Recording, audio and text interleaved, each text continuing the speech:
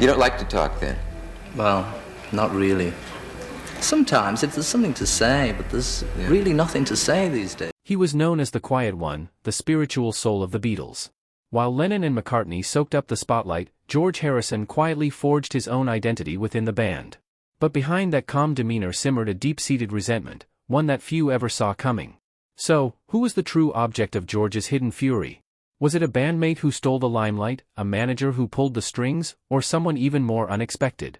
Today, we peel back the curtain on the most complicated, and perhaps most surprising, relationship in Beatles history, because behind the music and fame lies a grudge that could forever change the way we view the Fab Four. Buckle up as we uncover the truth about the man George Harrison despised most. While John Lennon and Paul McCartney's songwriting rivalry is well documented, whispers of another strained relationship have lingered for years.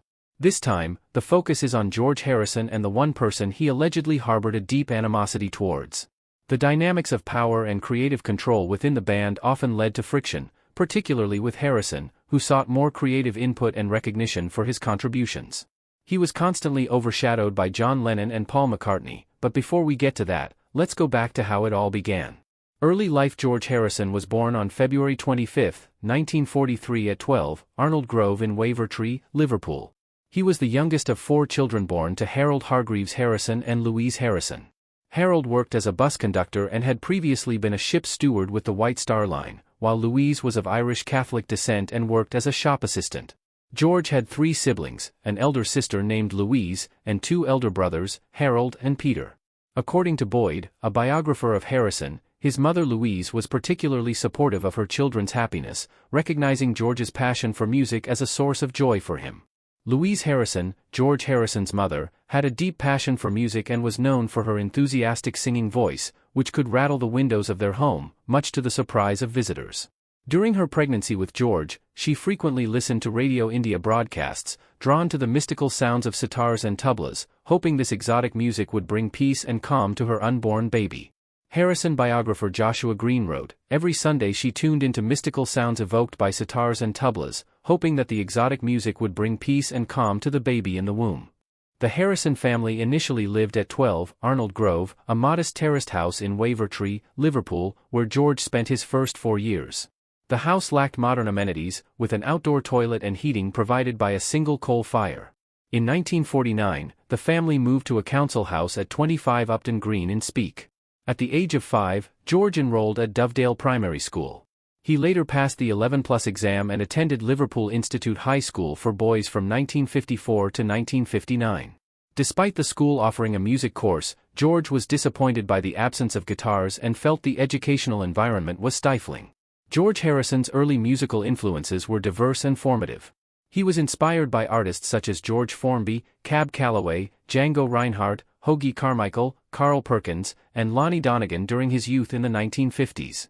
However, it was a pivotal moment in early 1956 that deeply impacted him. While riding his bicycle, he heard Elvis Presley's Heartbreak Hotel playing from a nearby house, sparking his fascination with rock and roll. Even during his school days at Liverpool Institute High School for boys, Harrison's passion for music was evident. He would often doodle guitars in his schoolbooks and declare, "I was totally into guitars." Another significant influence on him was Slim Whitman, whom he saw in a magazine or on television, solidifying his interest in the instrument. Around the age of 14, Harrison's musical journey took a practical turn when his friend Raymond Hughes offered to sell him a guitar. His mother Louise purchased it for £3.10, which adjusted for inflation would be about £110 in 2024. A family friend taught Harrison some foundational songs like Whispering, Sweet Sue, and Dinah, setting him on his path as a guitarist. Inspired by Lonnie Donegan's skiffle music, Harrison formed his skiffle group called the Rebels with his brother Peter and friend Arthur Kelly. It was during this time, on the bus to school, that he encountered Paul McCartney. That was the beginning of a lifelong friendship and musical partnership that would shape the course of music history. Early career. In March 1958, George Harrison auditioned for John Lennon and Paul McCartney's skiffle group, the Quarrymen, at Rory Storm's Morgue Skiffle Club. Initially, Lennon felt Harrison, who had just turned 15, was too young to join. However, McCartney arranged a second audition on a Liverpool bus, where Harrison impressed Lennon by playing the lead guitar part for Raunchy. This led to Harrison socializing with the group and eventually becoming a full member. Despite his father's wish for him to continue his education, Harrison left school at 16 and took on an apprenticeship as an electrician at Blackler's, a local department store. During the Quarrymen's first tour of Scotland in 1960, Harrison used the pseudonym Carl Harrison, inspired by the musician Carl Perkins. This period marked the beginning of Harrison's journey with the Beatles, where his guitar skills and musical contributions would become integral to the band's evolution and success. In 1960, the Beatles, under the management of Alan Williams, secured gigs at the Indra and Kaiserkeller clubs in Hamburg, owned by Bruno Koschmider. This marked their initial residency in Hamburg, where they began honing their musical skills in the vibrant club scene. However, their stint was cut short when George Harrison, still underage, was deported for being unable to legally work in nightclubs. By December 1961, Brian Epstein had taken over as their manager, refining their public image and ultimately securing them a recording contract with EMI. Their first single, Love Me Do, was released and reached number 17 on the record retailer chart. The following year, their debut album, Please Please Me, launched them into the stratosphere of fame as Beatlemania swept across the globe. George Harrison, known for his serious and focused demeanor, on stage, earned the nickname The Quiet Beatle. This title became prominent during the Beatles' arrival in the United States in early 1964 when Harrison was notably unwell with strep throat and a fever. Medical advice prompted him to conserve his voice until their scheduled performance on The Ed Sullivan Show, where the Beatles made a historic television debut that further fueled their worldwide popularity. George Harrison's persona as The Quiet Beatle became cemented during the Beatles' tours, where his reserved nature stood out in contrast to his more outspoken bandmates. This nickname, coined by the press, amused Harrison himself and persisted throughout his career. Musically, Harrison's influence within the Beatles began to assert itself. He had 2 lead vocal credits on the Beatles' debut album, including the popular song, Do You Want to Know a Secret, which was written by Lennon-McCartney. By their second album, with the Beatles, 1963, Harrison had 3 lead vocal credits, including Don't Bother Me, which marked his first solo writing credit. Harrison played a significant role as the Beatles' scout for new American releases, particularly in soul music. His musical tastes expanded further by the time of Rubber Soul, 1965, where he led the band towards folk rock influences inspired by the Byrds and Bob Dylan. His experimentation with Indian classical music also began to emerge, notably with his use of the sitar on Norwegian Wood, This Bird Has Flown. Harrison later expressed Rubber Soul as his favorite Beatles album. The album, Revolver, 1966, showcased Harrison's growing prowess as a songwriter and innovator within the band. His compositions included Taxman, which opened the album, Love You To, featuring Indian musical elements like the sitar and tabla, and I Want to Tell You. Harrison's tambura part in Lennon's Tomorrow Never Knows highlighted the Beatles' exploration of non-Western instruments and sounds, further expanding their musical horizons.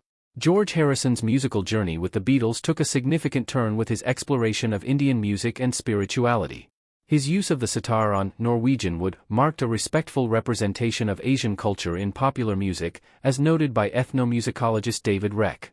By the time of Revolver in 1966, Harrison's influence extended with songs like Love You To, earning him the nickname the Maharaja of Raga Rock. His interest in non-Western instruments continued in Strawberry Fields Forever, where he played the swarmandal. By 1967, Sgt. Pepper's Lonely Hearts Club Band, Harrison's spiritual pursuits were evident with his composition, Within You Without You, featuring sitar and tambura. He chose to depict Eastern gurus on the album cover, reflecting his deepening exploration of Eastern philosophies.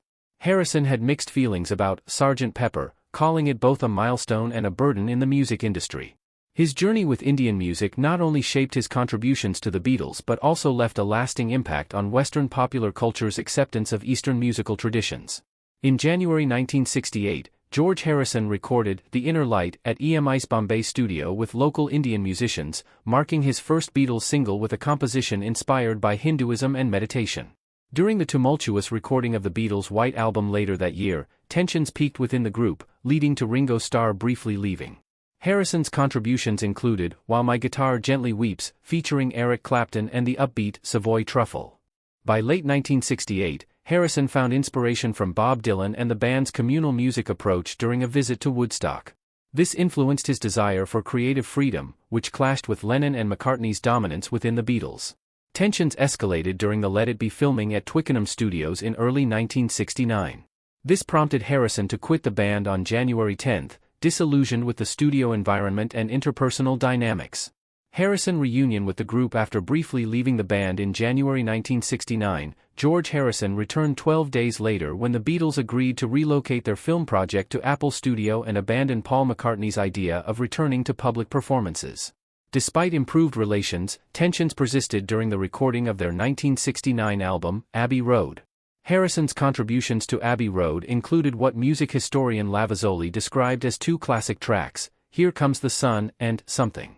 These songs marked a significant milestone for Harrison, as he finally achieved equal songwriting status alongside Lennon and McCartney. Something was particularly notable, becoming his first A-side when released on a double A-side single with Come Together. The song topped charts in Canada, Australia, New Zealand, and West Germany, and both sides of the single reached number 1 on the Billboard Hot 100 chart in the United States. In the 1970s, Frank Sinatra recorded George Harrison's song, Something, twice in 1970 and 1979 and praised it as the greatest love song of the past 50 years. John Lennon also regarded it highly, considering it the best song on Abbey Road. Something became one of the most covered Beatles songs, following closely behind Yesterday. In May 1970, Harrison achieved his second chart topper with the U.S. single release of For You Blue, coupled with McCartney's The Long and Winding Road, reaching number 1 on the Hot 100. By this time, Harrison had accumulated a significant collection of unreleased compositions, reflecting his increased productivity. Despite his growth as a songwriter, Harrison's frustration grew within the Beatles due to his limited presence on their albums, typically contributing only 2 or 3 songs. This dissatisfaction was a significant factor contributing to the band's eventual breakup without second.